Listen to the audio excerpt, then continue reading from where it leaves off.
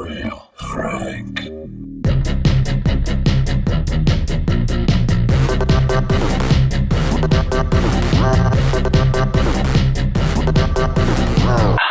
Hello, welcome to Real Frank Movie Reviews. In this episode, we're going to review the movie Shang-Chi and the Legend of the Ten Rings. Shang-Chi. I practiced that quite a bit in the mirror. This movie is about martial arts master Shang-Chi. Confronts the past he thought he left behind when he's drawn into the web of the mysterious Ten Ring organization. Not 5, but 10. 10 rings. It's a lot of bling. The guest reviewer for this episode is Niles. Niles, welcome to the show. What's going on, man? Glad to be here. Yeah, I got the sexy clap going on here for you. I don't understand that. I like that, man. I like that. It's not right. It's well deserved. It's usually safe for me. I'm kind of appalled by that. I thought I was special. My own audience going against me. It's crazy. It's all right, man. We can share the fan base. I appreciate that. Thank you. Shang-Chi. The story. So you saw this movie. What did you think of this story? I mean, being part of the Marvel universe and everything. I thought it was good. I thought it was.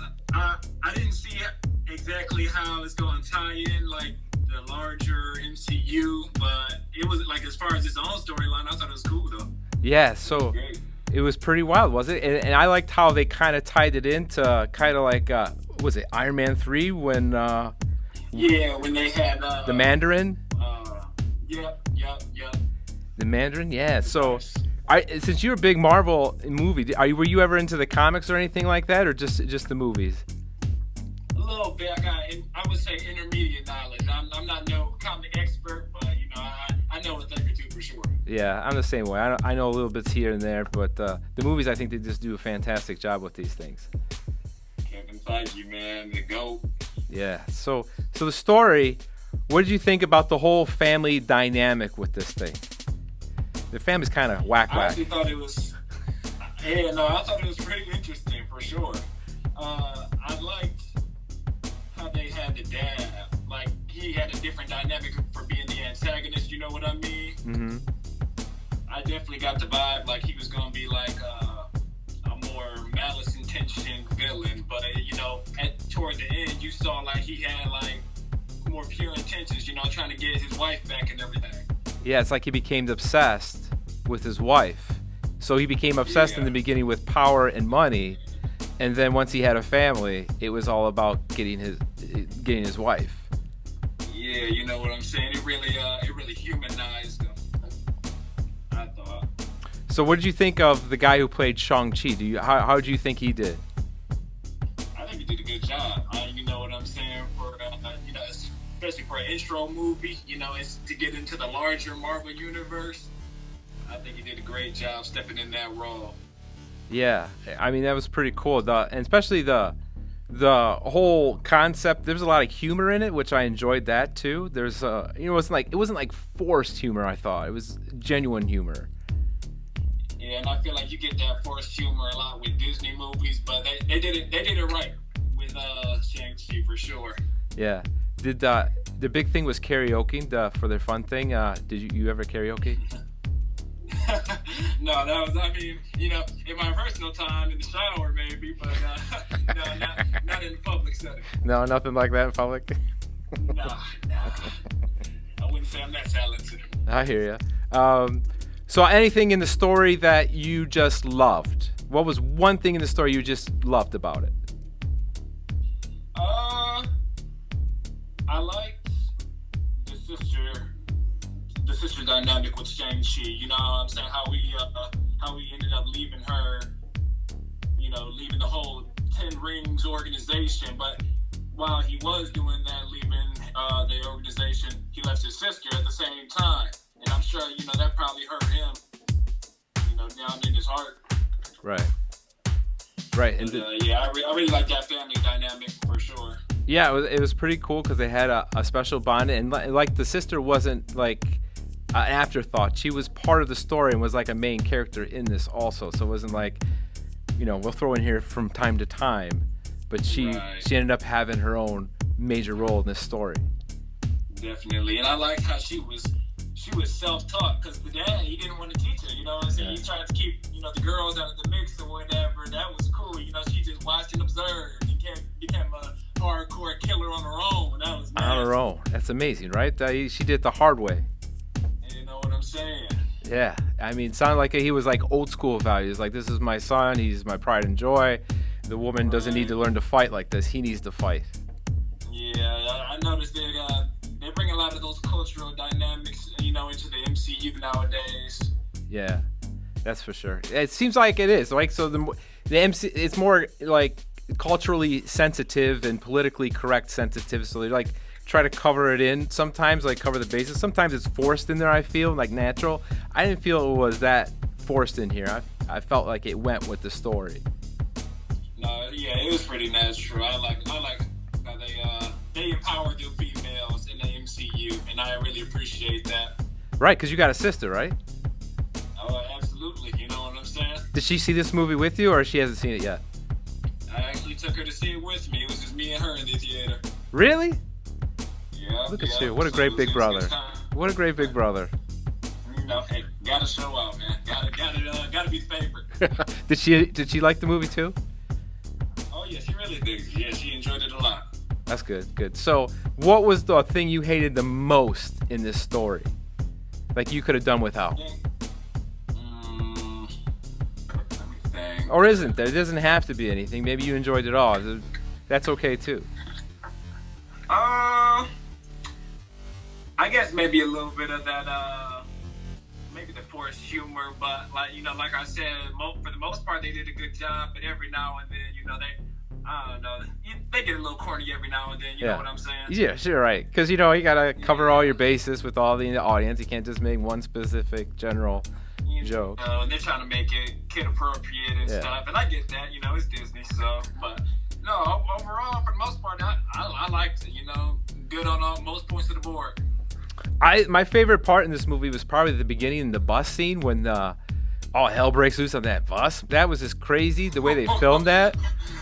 And then Razor Fist comes in. Was that was so cool. Like he had that like nub, right? He had that nub, and then he could probably put anything there, have anything come out of it. That was so cool.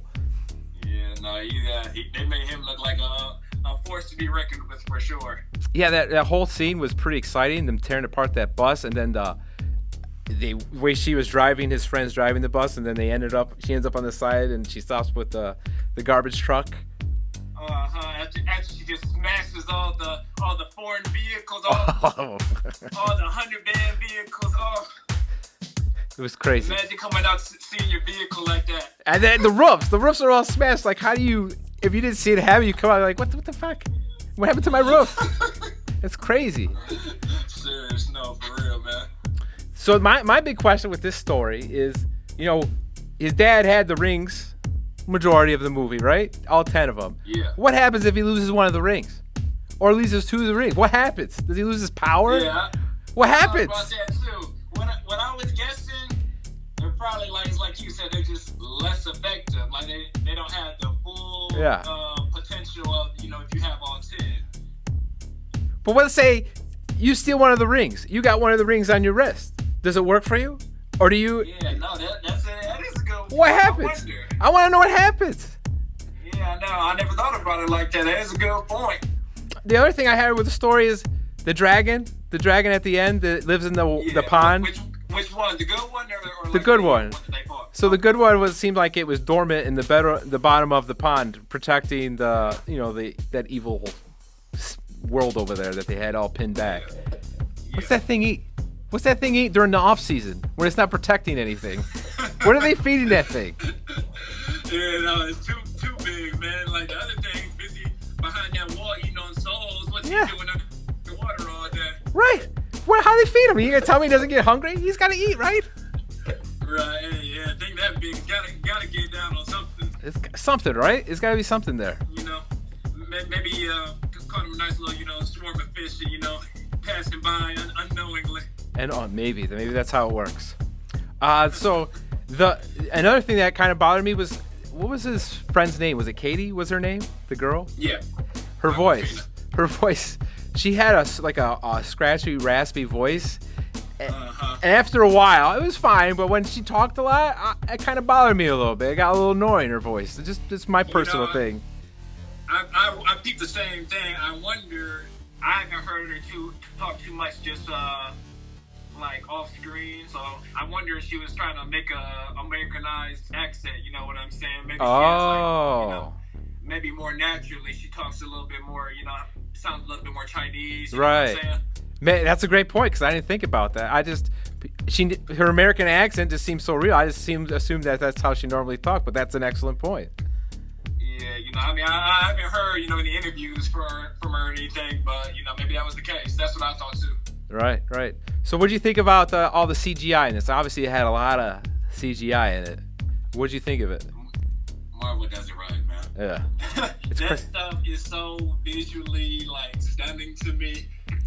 I just wonder how they always get it done so well, man. Everything looks so crazy. Yeah, this looks so real. It's just amazing. Like, if you figure these actors are in front of this green screen most of the time. Yeah, no, that's another thing. Every time I see, the behind the scenes cuts of Marvel stuff and everything, I'm like, man, they gotta put their imaginations to use because there's a lot of wild stuff in there. You know what I'm saying? Always, it's wild. It's totally wild. My only problem with the CGI, it was in the beginning when his dad found that village. He was looking for that village, and the trees were like closing on, and and he jumps out of the car. And the scene where he jumps out of the car, the CG just looked a little effed up. It didn't look like the rest of the movie. Like, I don't know what happened with that. It just didn't look as clean. No, I feel what you're saying. It looked like CGI to me. Like, that's CGI. The rest of the movie, I couldn't really tell CGI. Like, it looks like it could be real. But that one scene was kind of like a little blurry. I don't know if it was the motion or something. It just looked fake. Yeah, maybe it was because it was they was moving so fast, like you said, just the motion and everything.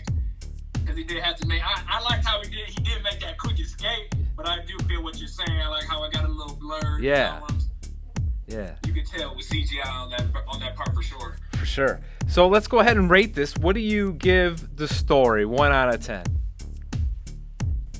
Story, I liked it because the whole father-son dynamic, the whole, you're thinking he's a real bad antagonist, very malice intended, but, it ended up, he really just wanted his wife at the end. Right. So, I think for me, storyline-wise, I'm gonna give it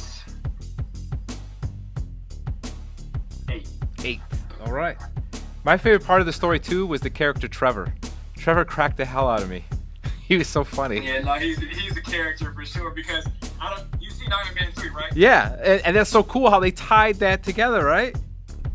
Right, yeah. He comes in, his first scene, terrorist, that deep voice, he's striking fear in America's heart. Yeah.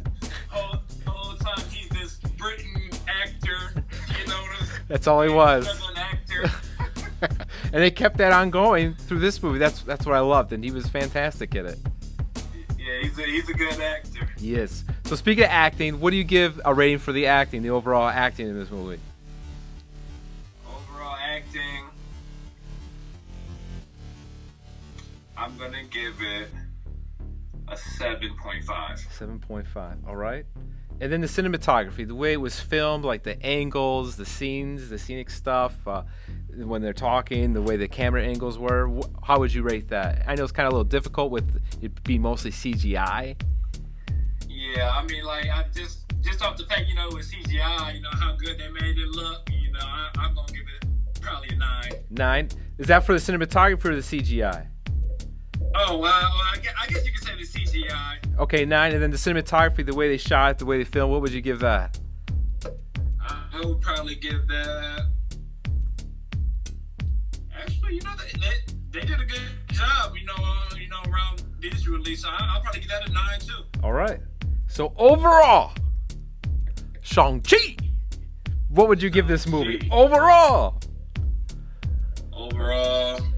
I think I'm going to give it 8.3. 8.3, very, very strong score.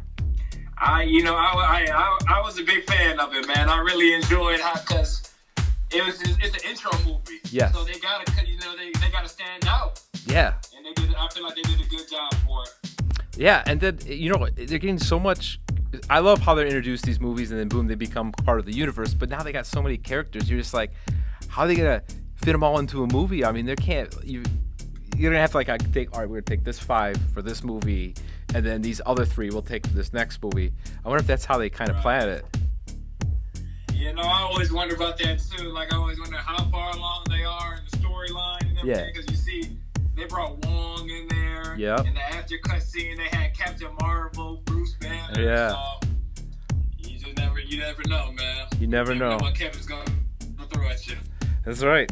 So for my rating, I give the story a 6.9. The whole entire time I'm thinking, man, this family is whacked. I mean, they got some serious issues here. Yeah, broken family for sure. A broken family. I did enjoy the story, but I give it a 6.9. The acting I thought was great, so I give that another 6.9. I thought they did a good job for a Marvel movie. The cinematography, I give it about a 5.7 because there really wasn't too many angles. Most of it was CGI. My favorite part in the cinematography was the scene where his dad, when he was a kid, brings him to the bar to find the people that did the things. The things. The things. And then he's taking care of them, and then they show the part of the fight through the reflection of the wall on the glass. That was nice. And then you see the guy come smashing into it. I really thought that was greatly done. Really good. Those were in front of his son. Yeah. So he's shook up. He's like, oh my God, my dad is a real killer. Yeah, for sure. And the CGI was fantastic. I mean, other than that one little thing I saw, but overall, I thought it was great. I give it a 7.9. I mean, it's just amazing what they do with the CGI stuff. It's just crazy. They know. We're in a different time, man. This CGI, these computer graphics, they're ridiculous. They are, for sure. So overall, I give this movie a 6.9. 6.9. You and my dad, man, you guys are some tough graders. A 6.9 because I did enjoy the story, the whole family dynamic. I like that. That was interesting to me, especially in the Marvel world. I thought it was a pretty intense topic that they made work. So I was very impressed. So I give it a 6.9. You give it an 8.3. Yeah. All right. That's our review for Shang-Chi. Hope you enjoyed. Thanks for watching.